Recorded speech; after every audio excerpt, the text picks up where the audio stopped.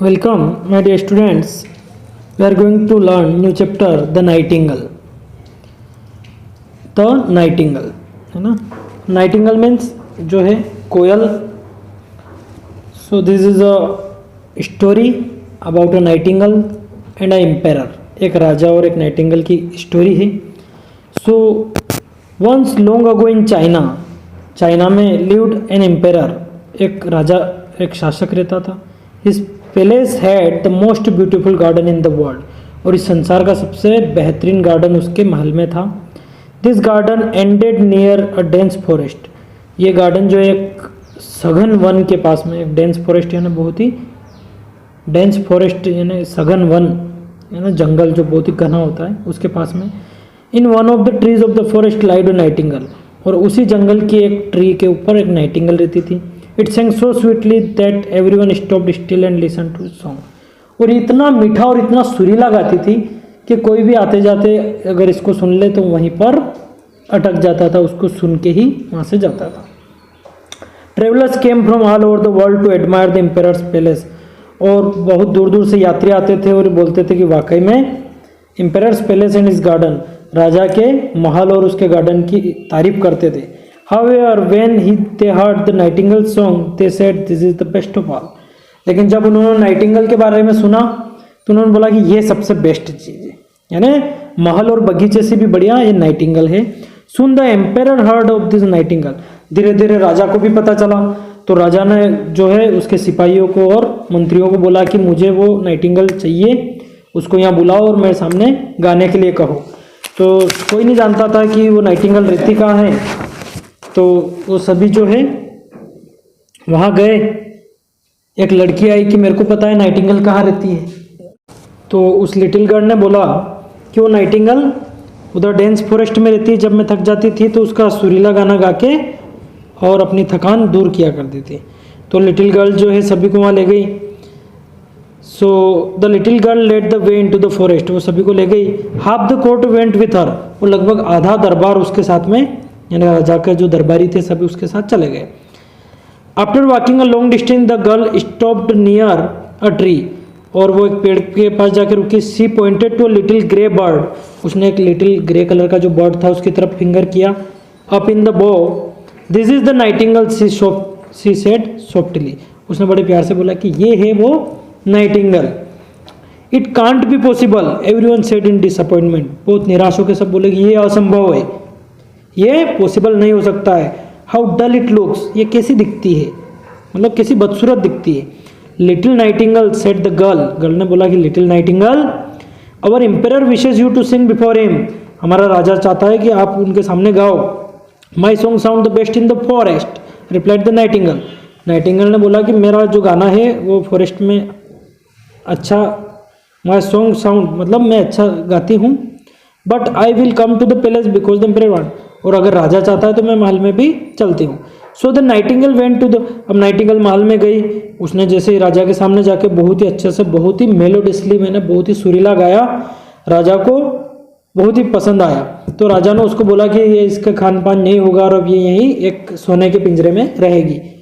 तो जैसे एक लोग ने कहा कि नाइटिन और दूसरे ने कहा गेल, दोनों मिलके उसको नाइटिंगल नाइटिंगल कहने लग गए.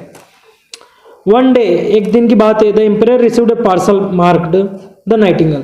एक दिन राजा को एक पार्सल मिला, एक है ना, जिसमें कोई वस्तु आती है संदेश के रूप में.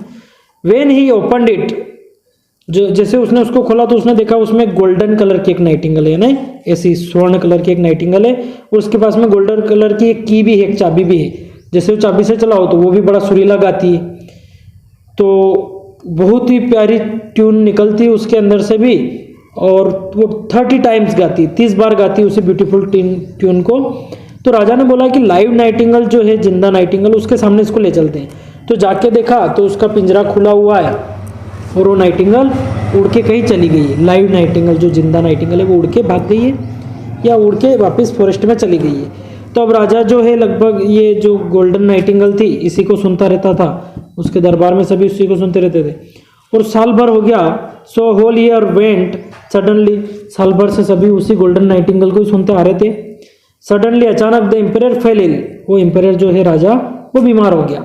इन हिज इलनेस, उसकी बीमारी में ही long to hear a melodious song. अब उसने बीमारी में बोला कि मुझे बहुत ही सुरीला गाना सुनना है, म्यूजिक सुनना है। प्रीसियस गोल्डन बर्ड सिंग, तो उसने वो गोल्डन बर्ड जो है इसको बोला कि गाओ, your song will make me well again, और तुम्हारा गाना सुन के मैं फिर से ठीक हो जाऊंगा। But the bird stood still, लेकिन उस बर्ड में से कोई आवाज़ नहीं आई। It was worn out inside, वो अंदर से खराब हो गया था। And there was no music left, अब उसमें कोई भी म्यूजिक नहीं बचा था। The emperor longed for a music but the bird could not sing, राजा की बहुत ज़्यादा इच्छा थी म्यूजिक सुनने की, लेकिन अब उसमें से कोई आवाज़ नहीं आ रही थी।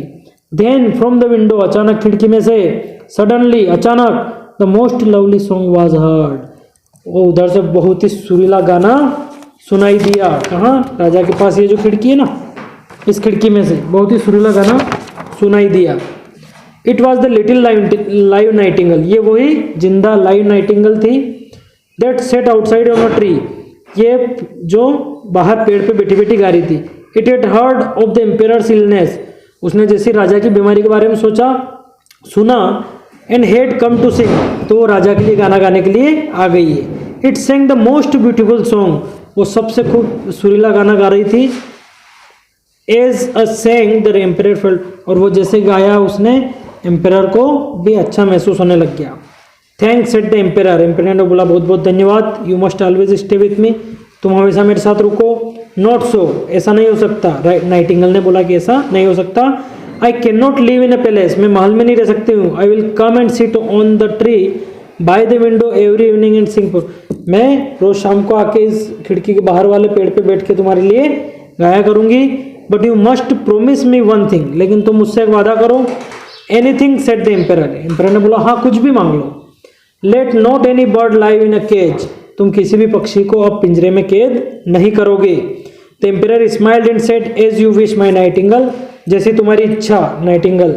The nightingale flew away happily only to return the next day, और बड़ी खुशी से वो नाइटिंगल उड़ के चली गई ताकि वो दूसरे दिन आ सके।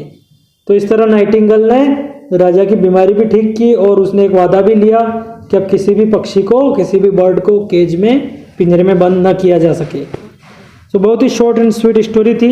इसके क्वेश्चन आंसर आपको भेज दिए गए हैं। आई होप आपने कॉपी कंप्लीट करके और एग्जाम पॉइंट ऑफ व्यू से उसको प्रिपेयर भी कर लिया होगा। ये स्टोरी थी, और आपके टिक द करेक्ट आने वाले हैं सारे चैप्टर में से। सो ये जो बुक में टिक द करेक्ट है, आप इनको अच्छे से पढ़िए, क्वेश्चन आंसर पढ़िए। क्वेश्चन आंसर का PDF में से वीडियो बना के आपको सेंड कर दिया जाएगा, है ना। Okay, bye.